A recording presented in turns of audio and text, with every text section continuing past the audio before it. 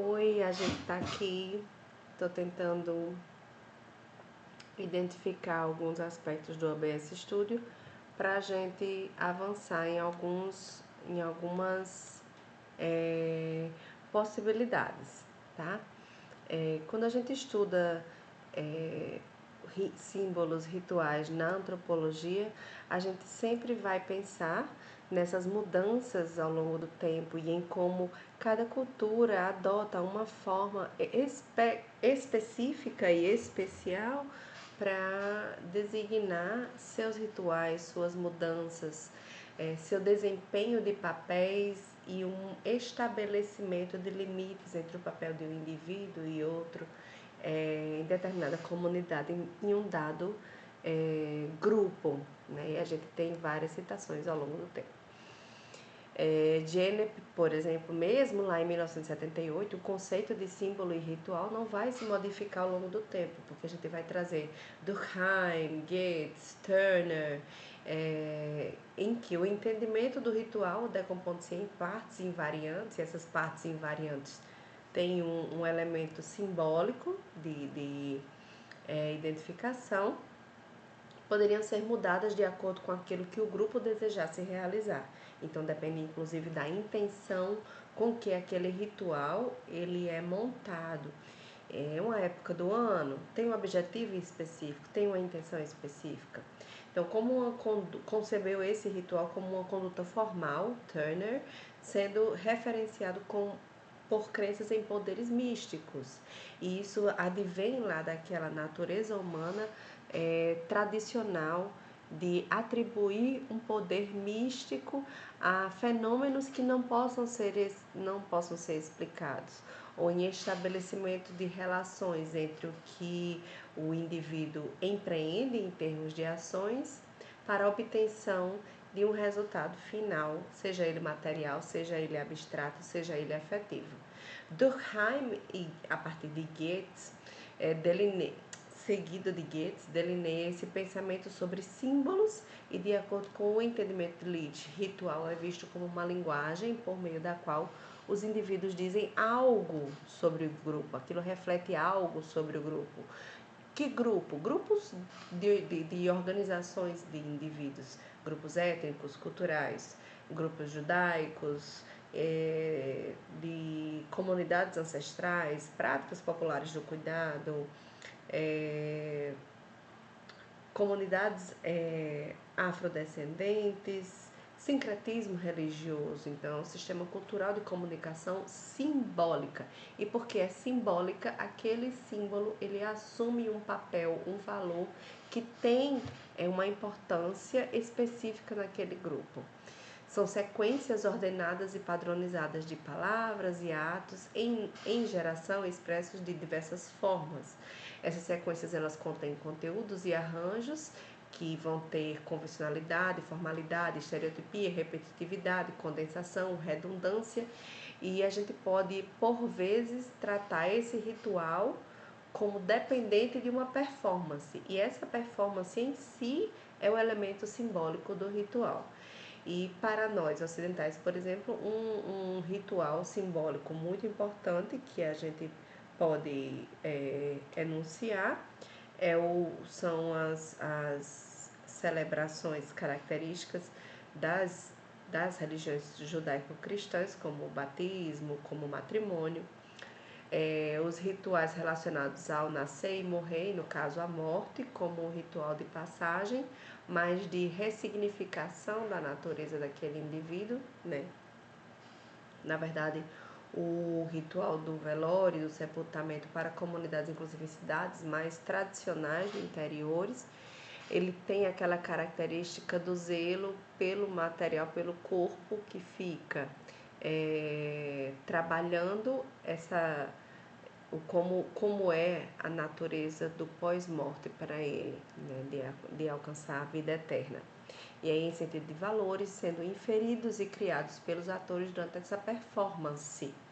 Por exemplo, quando identificamos o Brasil como time campeão do futebol no mundo, que é uma vivência que nós não temos visto, não temos experimentado há algum tempo. Rituais são fenômenos especiais em uma sociedade, pois, por meio de sua linguagem, revelam e apontam aspectos particulares de determinado grupo de indivíduos e expandem esses aspectos. Eles transmitem valores e aí eles assumem esse papel de importância na resolução de alguns conflitos sociais. E aí Van Gennep traz a divisão desses rituais em diferentes etapas, como separação, margem e agregação. E aí quando eu conversei com vocês sobre os rituais vivenciados, esses rituais, se você observar, segue essas etapas: a separação da menina para a moça, a margem, que é aquele momento liminar de percepção de si nesse processo de individuação, e a agregação de si a uma nova fase de pertencimento. E aí, na primeira fase, a pessoa é afastada simbolicamente do grupo, como nos rituais, por exemplo, do candomblé, em que você tem a fase de reclusão, tá? A fase subsequente, que é a fase de transição, a fase de liminaridade, suspenso das regras morais, de pouco encontro. A gente vai chamar neófito do indivíduo novo naquele novo processo de individuação, de iniciação, tomando um novo lugar. E a agregação, que é a fase seguinte após a finalização desse ritual. A gente tem os grupos, né, em que para os indivíduos viver é continuamente desagregar, se reconstruir, se mudar de estado, de forma, morrer, renascer. Todo processo ritual é um processo simbólico de morte do antigo, né, da forma antiga, e um renascimento para uma nova fase, para um novo momento da sua vida. Você pode atribuir diferentes valores simbólicos para diferentes rituais na sua vida, rituais de mudança. A mulher especificamente, como um processo de luto, e o luto ele tem esse valor. Pode ser o luto material, o luto literal de alguém por alguma morte, ou o luto simbólico da morte de quem você era dentro de determinado relacionamento e depois de uma ruptura, por exemplo. É agir e depois parar, esperar, repousar, recomeçar a agir, porém de um modo diferente. Então, são as fases de vivências do luto. Por isso que a maioria dos ritos dentro de grupos religiosos, dentro de grupos de encenação, teatrais, eles têm essa performance. E como performance, tem uma mudança interna acontecendo, porque aqueles valores vão sendo ressignificados, né? E aí, no caso dos ritos de passagem de morte, por exemplo, normalmente uma outra pessoa daquele núcleo familiar vai assumir aquele papel. Foi a morte do pai da família, foi a morte da mãe da família, um novo membro que assume simbolicamente aquele valor daquele papel na família, né? E aí os grupos passam por períodos marginais, né? Períodos de margem, como gravidez, noivado, iniciação, que são fases de preparação para aquele ritual. E a sequência ritual investe nas margens, na liminaridade do objeto.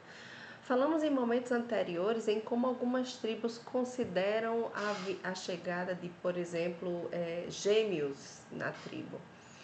Quando esses aspectos que já foram vivenciados por outras sociedades, por outras comunidades ocidentais do século XX para o século XXI, a gente tem o ritual Ndembo, que é efetuado em benefício de uma mulher que espera ou que teve filhos gêmeos.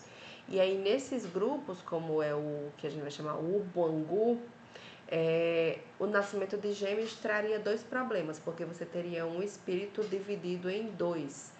E mesmo assim a gente teria as implicações econômica e estrutural da tribo na chegada daqueles dois. É um só dividido em dois, uma só personalidade dividida em dois. Um só espírito que viria dividido em dois e teria papéis diferentes e implicações intensas na tribo.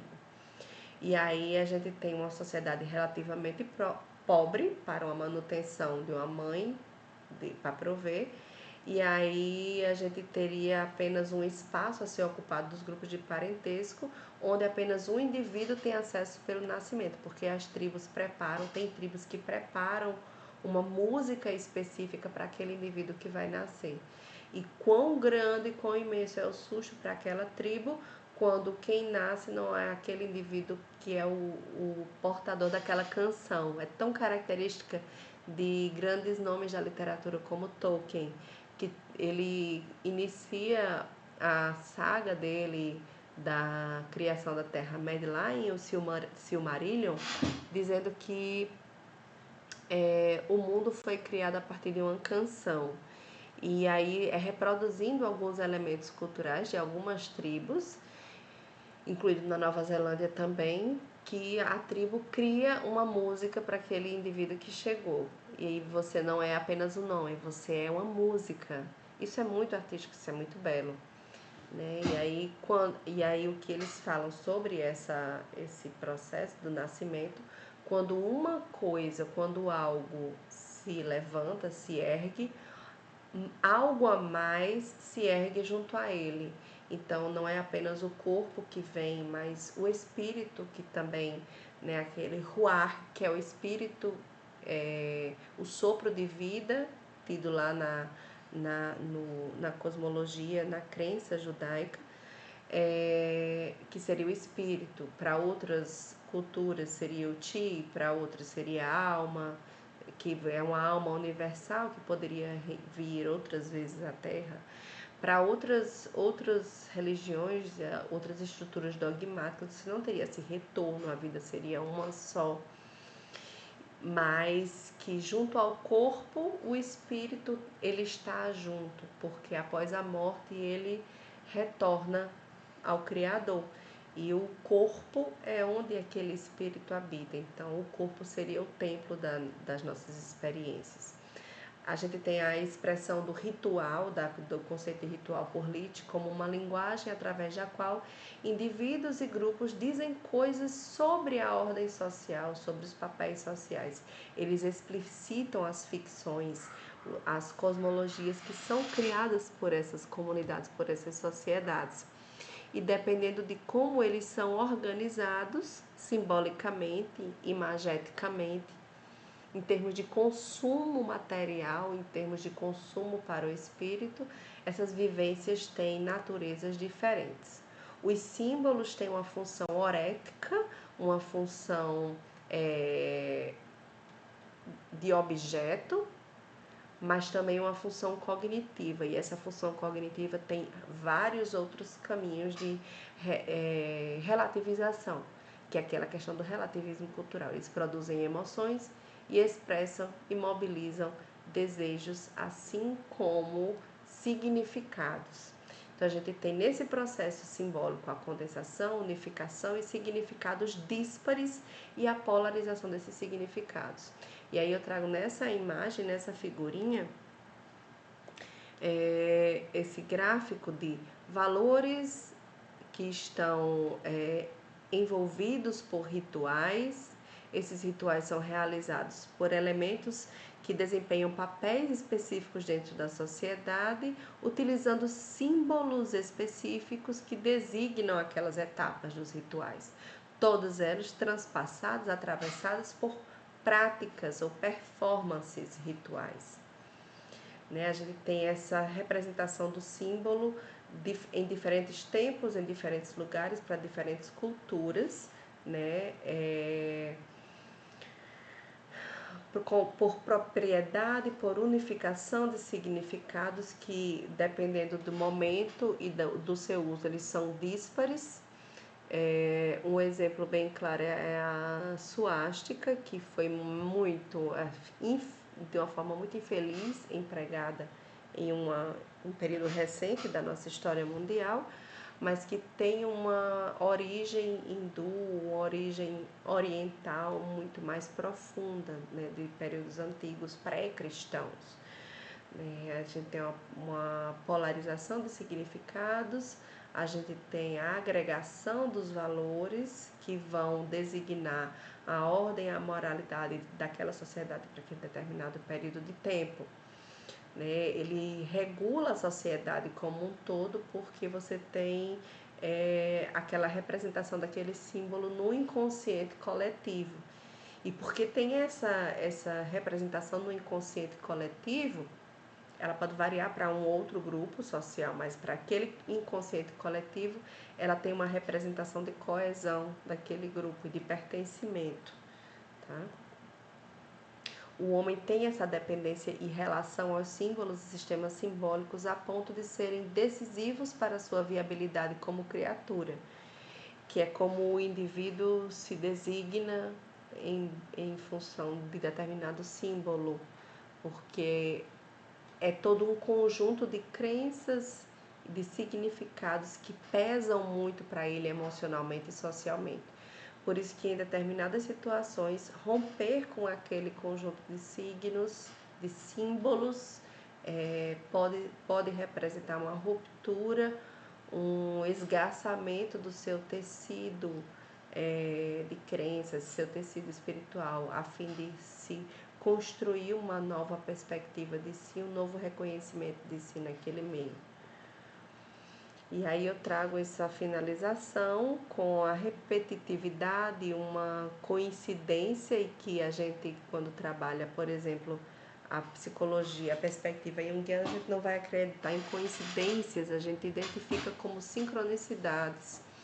E o 3 tem um valor simbólico profundo em diversas culturas, desde as culturas pré-cristãs até a atualidade, dentro do cristianismo, fora do cristianismo, na cultura celta, em várias outras perspectivas medievais, antigas, e ele assume diversas perspectivas, como a triquetra, que seria essa triquetra celta, que representa nascimento, morte e renascimento, a mulher, a jovem, a idosa, o Pai, o Filho e o Espírito Santo, corpo, mente e espírito, né? Pai, mãe e filho, então são trindades que vão ocorrendo porque normalmente grupos de funções sociais se constituem como em 3, tá bom? Muito obrigada pela sua atenção. Até logo.